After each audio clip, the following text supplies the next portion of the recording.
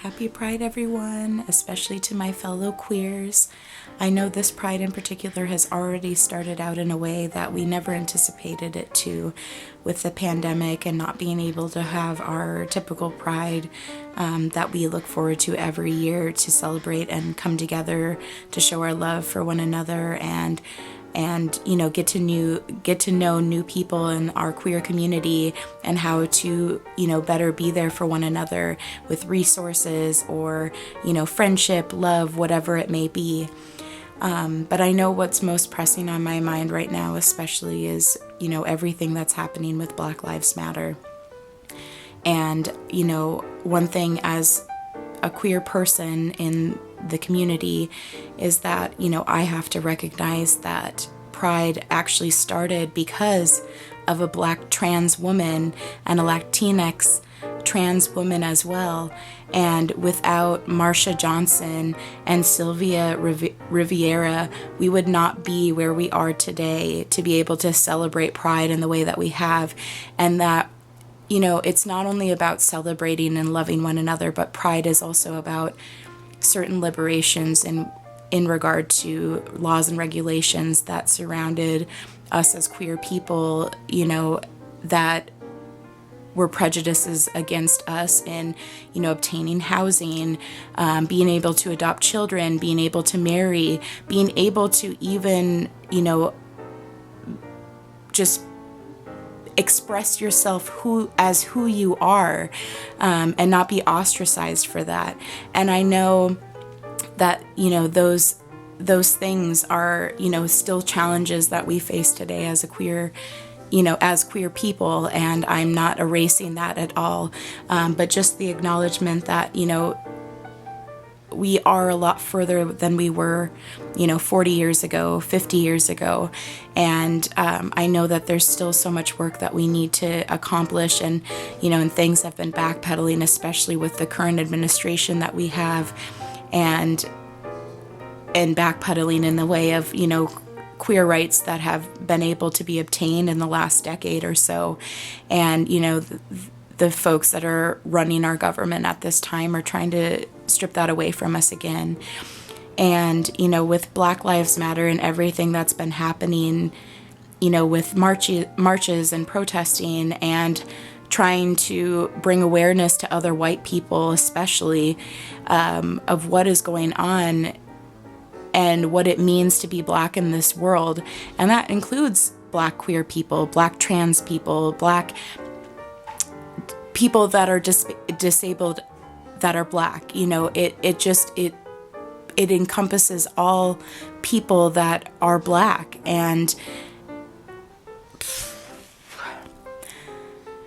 what I can say is that I know my first encounter with learning about white privilege and really knowing truly what racism meant was not until I was in college. And I remember my first class that I learned about this was actually coincidentally the same class that Jessica and I met in. And if you don't know who Jessica is already, she's my partner. And when we were in class, our professor was incredible.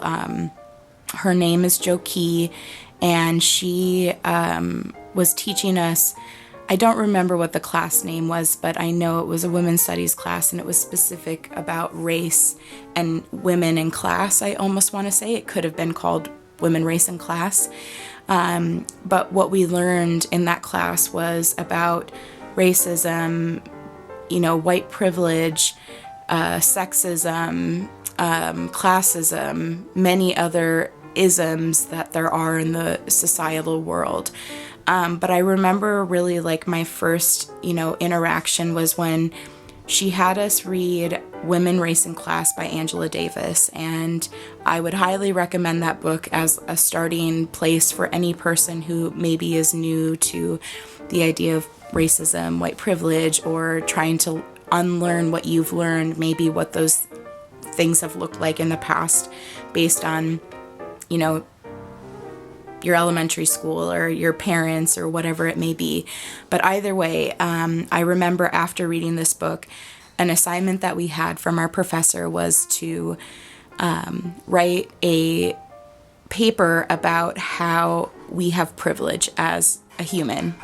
And she said that the challenge was for us to identify as many ways that we have privilege. So if that's because we're white, if that's because we grew up in a city that was considered affluent, if we were able to go to college without paying from our own pockets, like there's many different aspects. And then once we completed that paper, we had to turn it in, and I remember the next week she returned all the papers to us, and there were certain students in the class that were just confused because she ended up giving them an F on their paper, and they were like, why would you give us an F when this is more about a reflection of us? And she just flat out said was, the papers that I gave Fs to are the ones that you absolutely did not do any inner reflections,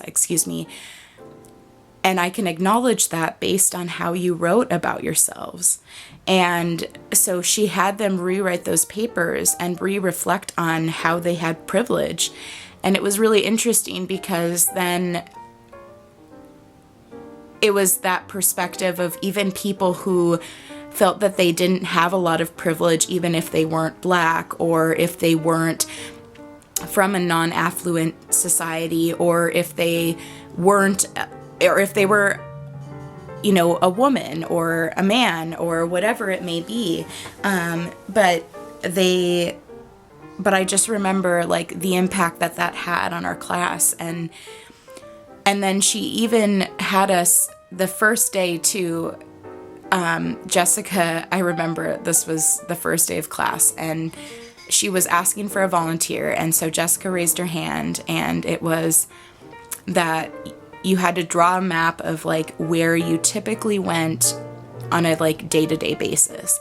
And so Jessica drew her map, and she drew her parents' house, her home, her boyfriend's home, and UMD, where we went to school, and her work, I believe, or something like that. And it was very interesting because then Joe Key was like, okay, and why do you not go anywhere past, this certain part of where you live? And she's like, I just don't know anybody that lives over there, or I have no reason to travel over onto the other side of town because there's nothing over there for me specifically. And she was like, I challenge you to go to that other side of town. Why are you scared of that other side of town? Are you scared of that other side of town? And when she was referring to the other side of town, the city that we were living in at the time, there was the east side and the west side. The east side was definitely the side where primarily white people lived, and white people, I should say, that mostly had money. And she grew up in the city that we went to school, and so she never really traveled to the other side, to the west side. And so she only stayed in that pocket of the east side, really. And then the west side is more,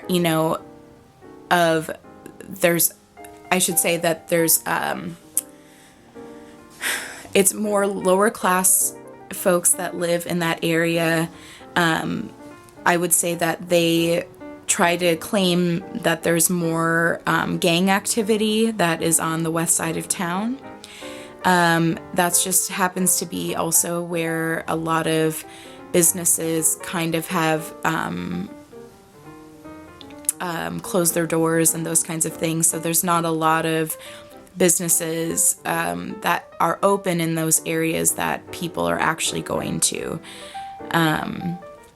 And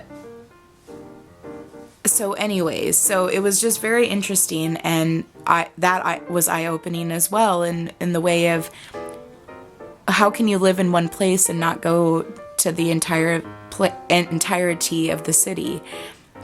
And what does that mean? Is it because you're scared? Is it because you think that there's actual gang activity there? And that's part of the reason you don't want to go there, because you think then you'll be unsafe. But why do you feel that way without even having experienced it? And where are you getting this information from? Is it from the news? Is it from your family? Is it from your school? Is it from other kids you are, in class with? Whatever it may be. But how do you know anything unless you've experienced it in that way? And so either way, I just am very appreciative of being able to have been exposed in that way, and just or I should say, at least enlightened a little bit in the way of, my journey through racism, white privilege, and all of those things. But, that was just the beginning. It was not even something that I was able to really unravel quite yet. I was still grasping everything and the concepts and just trying to get an understanding, because it was something I had to start unlearning things that I had known my whole life. For over 20 years of my life, I knew. And then all of a sudden I'm being challenged with that information that's being thrown at me that is actually true depictions of what's happening in the world. So then I'm in class, or continue to go to different classes. My degree is in urban studies, and I had a minor in geography, and my urban studies degree specialized in social justice specifically. So I took more classes, especially because when I was in that women's studies class, it piqued interest in me wanting to just know more, be able to be, able to learn at an academic level about what that all encompasses and where I need to dive deeper into so I can really understand for myself, what other things I need to work on to be a better person. And so I started, this other class, and my professor, Cheryl is her name. She is another amazing woman and professor. And she really also enlightened me in a lot of ways in regards to racism and white privilege and what that all means. And, I would say she even dove deeper into white privilege. And, I am appreciative of that, because it started to make me really challenge, why I was feeling still a little bit uncomfortable when I heard white privilege, or when I would say black, or anything like that, or even when I would start talking to other people about those things. Because even if I started to think that was okay in my brain, it didn't mean when I was saying it to others that I was feeling comfortable or okay. So, she really challenged me to think about myself and why I feel the way I feel, why I believe the way I believe about all different things in society. And, I started to recognize, with my white privilege, all of the benefits that I did receive, in regards to being able to get into college, and, being able to not have anyone be scared of me because of how I appear to them, that my skin color is too dark for them. And I started to also realize, the injustices in regards to, police officers, and how many times, black people get pulled over more than white people do. And that they're, what if they have committed a crime and have been prosecuted and convicted of the crime, and it's on their record, it's, higher, or it's less unlikely for them to get an expungement than it is for a white person to get an expungement. And, a lot of the times when someone goes through the prison system, they also lose the right to vote. So then they can't even, make any progress in the system that's in, or our capitalist system that's in place. And so it's this stuck root that they're in. And I just never knew that, because I grew up in a city, or in a town, I should say, that was around 15,000 people, and it was hella white. It was so white. It was so white. And I think there was maybe one black person that went to school, and he wasn't even in our grade. It was a year younger than me. And, you know, we did have Latino population for sure, but more than that, it was white. And, you know, so it was the first time I had to really check myself and say, wow, I'm not Caucasian. Those people that are Caucasian are from the Caucasus Mountains, and I don't reside from there. I've just done my DNA testing or whatever to show like where my ancestors are from, and I'm from Scandinavia. All of the Scandinavian countries, you find me there. That's where my gene pool is from. And so, you know, all right, so I noticed that I got off in a tangent. I'm not sure if this is really where I wanted to go, but hey, obviously I needed to talk about it, so just note that. Anytime you feel like you're going off in a tangent, it's probably because you really needed to talk about something and you have someone who's actually actively listening to you. And in this case, it's a fucking camera. But hey, I'll take it. But anyways, where I was.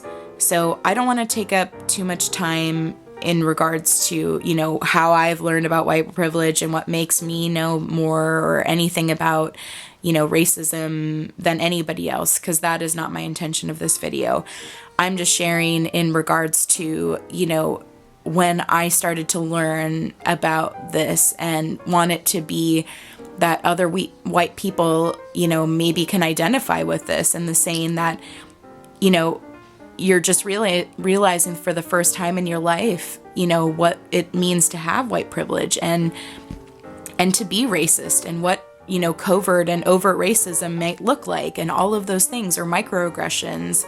And, you know, sometimes we just need to know how to identify with another person and know that, you know, it's okay to make mistakes and we're all still learning. Like, even though I went to college, which is crazy, but I graduated, you know, 8 years ago or 7 years ago now, is that, you know, like, I'm still learning. I'm still learning every day, and I still make mistakes, and I'm still not perfect. And, you know, this is okay during this time. This is a learning opportunity. And I just want to make it clear that, you know, reach out to other people that, you know, are giving the same kind of message of, you know, understanding that you're not going to always know the answers to every single thing. And that sometimes, even if you feel really strongly about, you know, protecting Black lives, or, you know, police brutality and their murdering of Black people, or anything in that regard, is that, you know, you may say a statistic incorrectly. You may get so angry that your words can't even come together, and so you just sound like you don't know what you're talking about. But no, that's okay. And we all go there. We all go through that, you know? I mean, right here, like, I'm not speaking perfectly, and this is part of the reason why I don't really heavily edit my videos, because I feel like it's really important that we just see each other authentically. And, you know, this is me. This is who I am. And, you know, and just like you and who you are, that's perfect. You are the best you can be, as long as you make the effort to be that person that you want to be.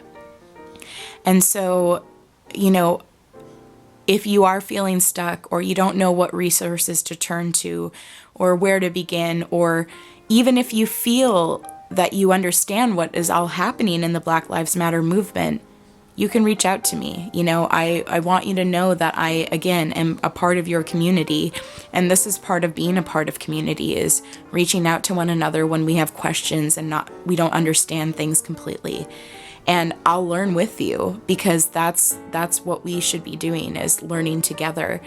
And, you know, especially when I'm white, I'm queer, I'm fat, and I'm fucking tired of us not coming together and being together in this way that we love and care for one another. So please, please, please know that you can reach out to me, and